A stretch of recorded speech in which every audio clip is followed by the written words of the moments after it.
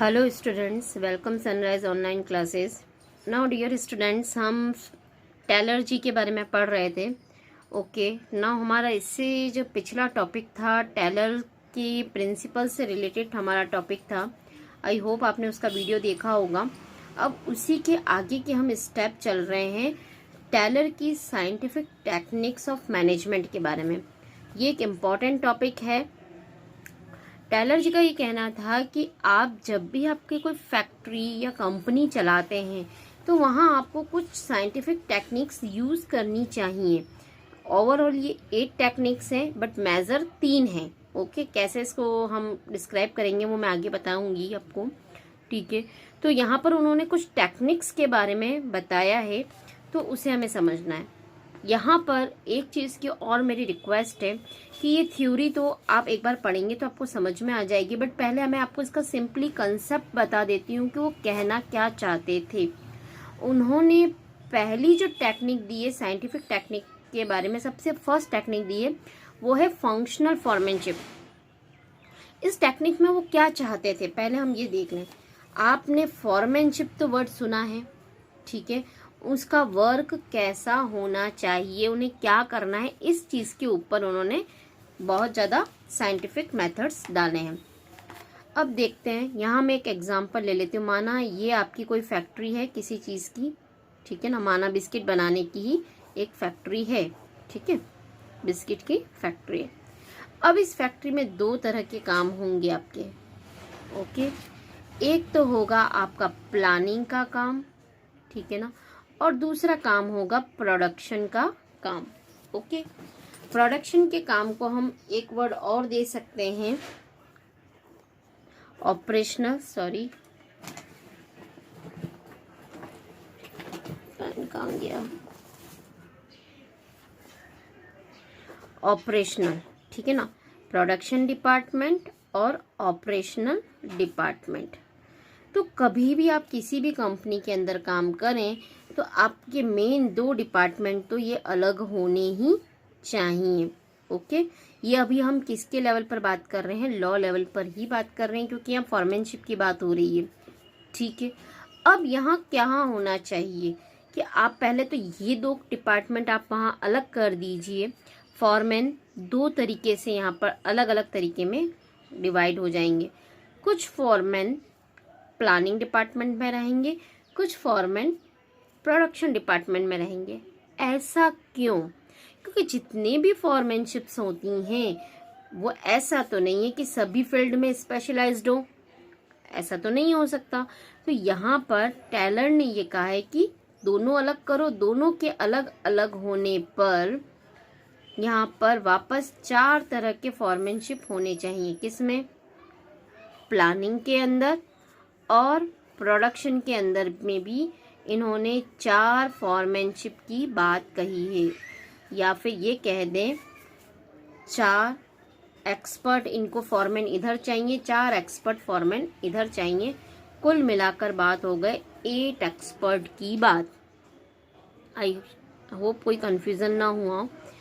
यहाँ पर टेलर जी ने कहा है कि आप जब फंक्शनल ऑपरेशन का काम करते हैं तो डिपार्टमेंट पहले 2 होने चाहिए, planning department and production department.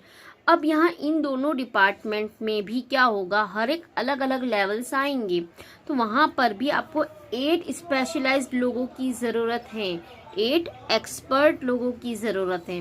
अब वो 8 लोग कौन है वो हम बाद में पढ़ेंगे इस चीज़ को। क्लियर यहाँ तक?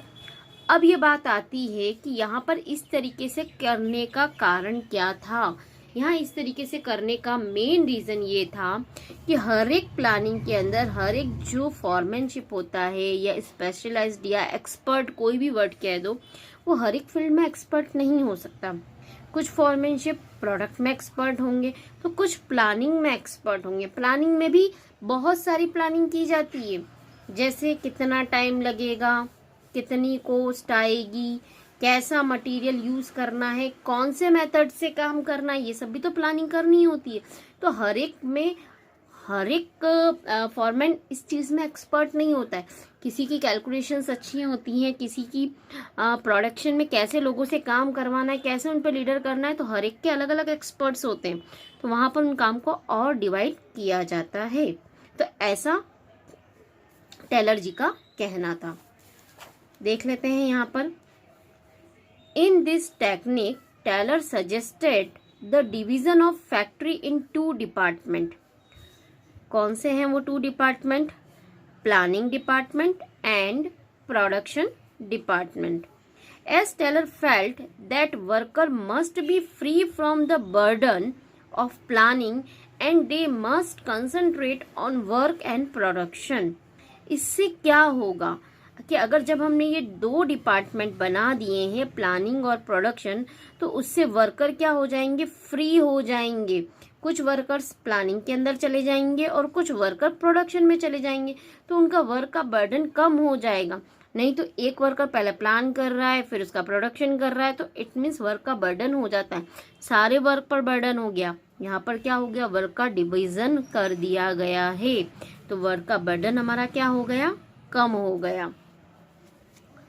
To develop specialization in productivity, Taylor suggest under each department there must be some functional expert to supervise, guide and instruct the worker. यहाँ पर टेलर जी का कहना ये था कि हर एक डिपार्टमेंट के अंदर, चाहे प्लानिंग डिपार्टमेंट हो चाहे प्रोडक्शन डिपार्टमेंट हो, वहाँ पर कुछ एक्सपर्ट होने चाहिए जो कि हमें सुपरवाइज कर सकें, गाइड कर सकें, उनको इंस्ट्रक्शन दे सकें। किसको? वर्कर को। As one foreman cannot be expert in every aspect of work, so Taylor stress on minimum 8 specialized on function expert to supervise and give the order. तो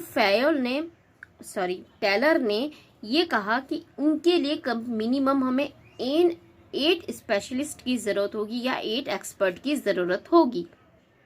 क्लियर? अब each expert will be specialized in one aspect of work and willing observing instructing the worker, there will be definitely specialization. तो वो हमारे जो 8 expert है वो अपने field में क्या होंगे? एक्सपर्ट होंगे, ताकि वो काम को इजीली इंस्ट्रक्ट कर सकें, उनको ऑब्जर्व कर सकें। Taylor said foreman must be intelligent, educated, energetic, honest, specialized और प्रोफेशनल एक्सपर्ट। यहाँ टेलर ने उन फॉरमैनशिप की क्वालिटी बताई है कि वो कैसे होने चाहिए। इंटेलिजेंट होने चाहिए, एजुकेटेड होने चाहिए, है ना, ऑनेस्ट होने चाहिए। All the qualities can not be found in one person, so Taylor stressed having minimum 8 expert for the each department to guide the worker. ये ऊपर वाली लाइन ही हमारी थोड़ी रिपीट हो रही क्योंकि हम इसके बारे में अब हम डिस्कस करने वाले हैं। ओके, तो सबसे पहली बात अब यहाँ आती है फॉरमैनशिप, फंक्शनल फॉरमैनशिप के बारे में आप क्या क्या बातें लिखेंगे। मैं पहले यहाँ रिकॉल कर लेती हूँ, फिर हम 8 एक्सपर्ट के बारे में बात करते हैं। सबसे पहले उन्होंने कहा था 2 डिपार्टमेंट कर लो, प्लानिंग एंड प्रोडक्शन। ऐसा क्यों करना है? क्योंकि हर एक एक्सपर्ट हर फील्ड में एक्सपर्ट नहीं होता, इसलिए उनके वर्क का डिवीजन कर देना चाहिए। ताकि ऐसा क्यों करना चाहिए? ताकि वो हर एक काम को, हर एक एक्सपर्ट अपने काम को अच्छे से ऑब्जर्व कर सके और उनको इंस्ट्रक्ट कर सके, इसलिए किया जाना चाहिए। फिर बात करी जाती है कि एक्सपर्ट होने कैसे चाहिए? इंटेलिजेंट होने चाहिए, एजुकेटेड होने चाहिए, एनर्जेटिक होने चाहिए। इतना आपको सार समझ में आ गया है, तो आई होप आप इतना मैटर लिख पाएंगे। अब हम बात करते हैं एक्सपर्ट की, कि इसमें कौन कौन से एक्सपर्ट होते हैं। तो यहाँ पर हम बात करते हैं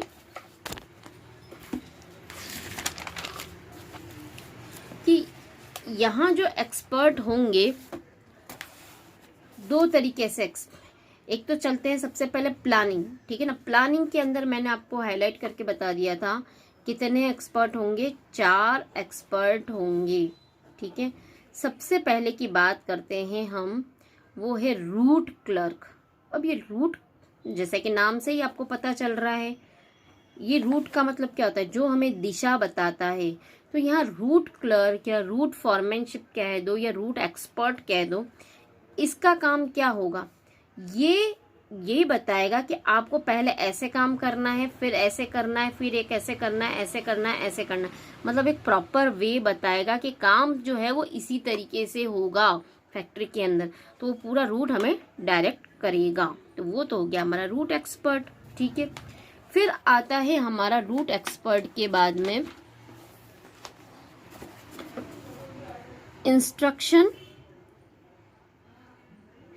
इंस्ट्रक्शन कार्ड क्लर्क। ओके, ये इंस्ट्रक्शन कार्ड क्लर्क क्या करेगा, कंपनी के अंदर जनरली हमें हर एक जॉब पर, हर एक स्टेप पर एक जनरल इंस्ट्रक्शन होने देने पड़ते हैं।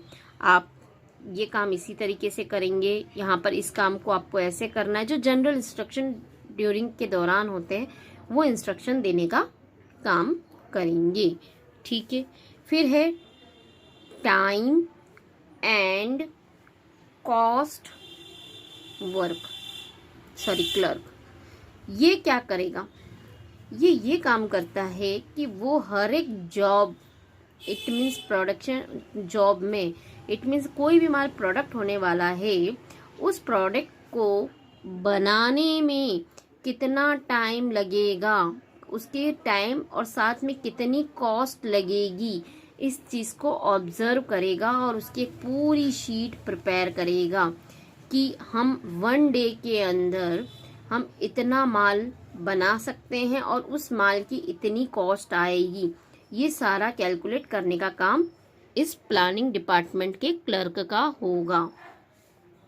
फिर आता है डिसिप्लिन। ये तो आप भी जानते हैं कि नॉर्मली कोई भी ऑर्गेनाइजेशन होता है उसमें एक डिसिप्लिन फॉलो करना होता है कि वर्कर इसी ड्रेसअप में आएंगे, ये सारे ग्लोव्स या ये तरीके की सारी चीज़ें उनको पहननी कंपलसरी है ताकि उनको कोई नुकसान ना हो। क्योंकि ऑनलाइन जॉब पर किसी वर्कर को नुकसान होता है तो उसकी जिम्मेदारी वहाँ के ऑनर को आती है। तो आपको ये सारी चीज़ें पहननी ज़रूरी है, इनके बिना आप काम नहीं करेंगे। आप इस टाइम को फॉलो करेंगे तो ये सारे वर्कर पर उस तरह की कमांडिंग करेगा। क्लियर? तो ये तो किसके अंदर हो गए, प्लानिंग डिपार्टमेंट के फॉरमैन हो गए। देख लेते हैं थोड़ी सी एक बार theory. Route clerk, this foreman is responsible to fix up the sequence of step for performing mechanical and manual job, कि कहाँ मैकेनिकल काम होगा, कहाँ पर किस जगह मैनुअल वर्क होगा, ये सारी स्टेप वो डिसाइड करेंगे। Instruction card clerk, this foreman is responsible for giving general instruction necessary to carry on the job in specified manner. ठीक है, वो एक जनरल इंस्ट्रक्शन देने का काम करेगा कि आपको ये काम इस तरीके से करना है, ये काम इस तरीके से करना है। टाइम एंड कॉस्ट क्लर्क, ये भी मैंने अभी आपको समझाया था। This foreman is responsible to fix up the time and for starting and completion of the job, कि टाइम इस समय पर काम स्टार्ट होगा और इस समय पर खत्म हो जाएगा। He also prepare the cost sheet for the job, और इसकी एक वो कॉस्ट शीट भी तैयार करता है। फिर है discipline. This foreman is responsible for perform of job in orderly and systematic way. यहाँ पर वो पूरा ऑर्गेनाइजेशन में सिस्टमैटिक तरीके से काम हो, हर एक चीज का जॉब परफेक्ट हो, उसका एक डिसिप्लिन वहाँ पर वो मेंटेन करेगा। ओके, प्लानिंग के अंदर 4 हो गए, route, instruction, time and cost and discipline. अब आ जाता है हमारा कौन सा डिपार्टमेंट, दूसरा हमारा आता है प्रोडक्शन डिपार्टमेंट। इस प्रोडक्शन डिपार्टमेंट में हमें कौन कौन से क्लर्क चाहिए, 4 तो हमने वहां सेट कर दिए, 4 और चाहिए। तो वो कौन कौन से होंगे, एक तो होता है इसके अंदर गैंग, कौन होगा हमारा गैंग बॉस, दूसरा होगा स्पीड बॉस, ओके, थर्ड होगा रिपेयर बॉस, और फोर्थ होगा इंस्पेक्टर। कौन होगा, इंस्पेक्टर। ऐसा लग रहा है कि अपने क्रिमिनल ब्रांच खोल दी हो। ठीक है ना, गैंग भी आ गई, गैंग ने स्पीड के साथ काम भी करा है, तो एक इंस्पेक्टर आके उनका रिपेयर भी कर लेता है ना। इस तरीके से आप कुछ मोनोपोली बना सकते हैं याद करने के लिए, ठीक है ना। एक गैंग है, वो गैंग बहुत स्पीड के साथ काम करती है, पर इंस्पेक्टर आता है और उनकी रिपेयरिंग करके चला जाता है, उनका इलाज करता है, ठीक है। आई होप आपको ये चारों पॉइंट याद हो गए होंगे। कभी कभार ऐसे फनी पॉइंट आप बना लीजिए ताकि इजी रहेगा। चलो स्टेप बाय स्टेप देखते हैं। सबसे पहले गैंग बॉस करेगा क्या, इसका काम क्या है गैंग बॉस का।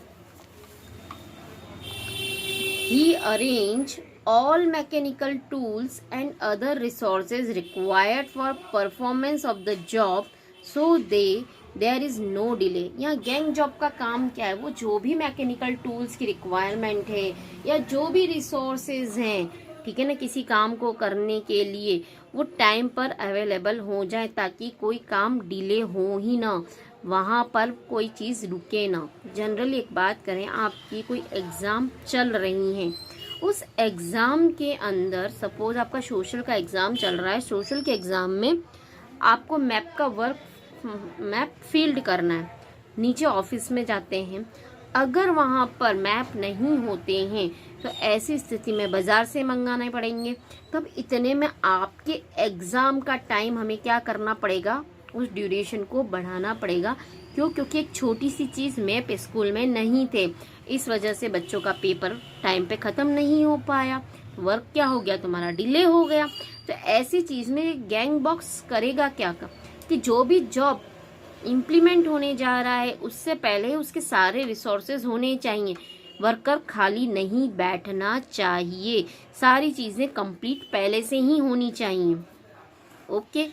फिर है स्पीड बॉस, ये क्या ऑब्जर्व करता है, ये ऑब्जर्व करता है कि वर्कर खाली नहीं बैठना चाहिए, गप्पे शप्पे ना लगा रहा हो बैठ के, हाँ हो जाएगा नहीं, अभी करो, आज के टारगेट ये है, इतना हमें तो करना ही है, उसको टाइमली उस जॉब को कंप्लीट कराना है। एक तरीके से वो हिटलर की तरह काम करता है, बार बार आके ऑब्जर्व करता है, ठीक है ना। जैसे आपके स्कूल के अंदर कोई ना कोई ऑब्जर्व करने आ जाता है ना, टीचर पढ़ा तो रहा है, कुर्सी पे तो नहीं बैठा है, बच्चे पढ़ तो नहीं रहे हैं, वो हर चीज़ उसके ऊपर ऑब्जर्व किया जाता है। कैमरे किसी लिए लगाए, इसीलिए तो है।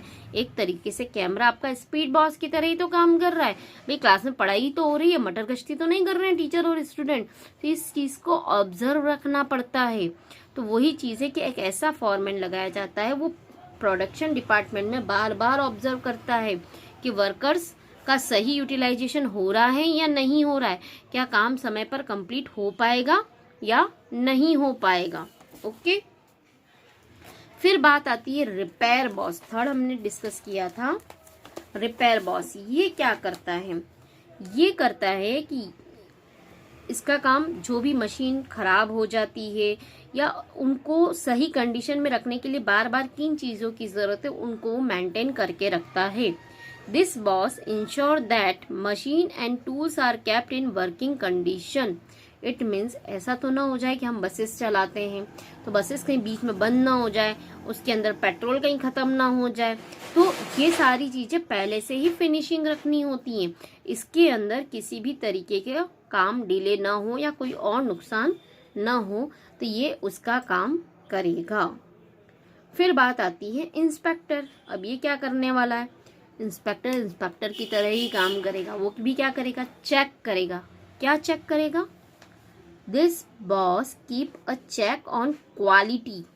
किसके ऊपर क्या काम करेगा वो, quality, control of the output. आप जो आउटपुट प्रोडक्शन कर रहे हैं उसकी क्वालिटी कैसी है, जो हमने प्लानिंग करी थी वही क्वालिटी का माल आ रहा है या नहीं आ रहा है, वो ये काम करेगा। तो ऑलमोस्ट टेलर जी का कहना ये था कि अगर हमने कुल 8 एक्सपर्ट अलग अलग तरीके के ऑर्गेनाइजेशन में लगा रखे हैं तो ऑर्गेनाइजेशन आपकी बिल्कुल परफेक्ट काम करेगी, ठीक है ना। अगर आपने 8 एक्सपर्ट की तरह काम नहीं कर रखा है तो ऑर्गेनाइजेशन का काम जो है वो अच्छा नहीं होगा, ठीक है ना। ओके, समझ में आई, क्लियर। आई होप आपको पूरा फंक्शनल फॉर्मेनशिप समझ में आ गया होगा। ओके, नाउ कल हम इसके आगे नेक्स्ट इसकी सेकंड टेक्निक पढ़ेंगे। ओके बेटा, नाउ थैंक यू।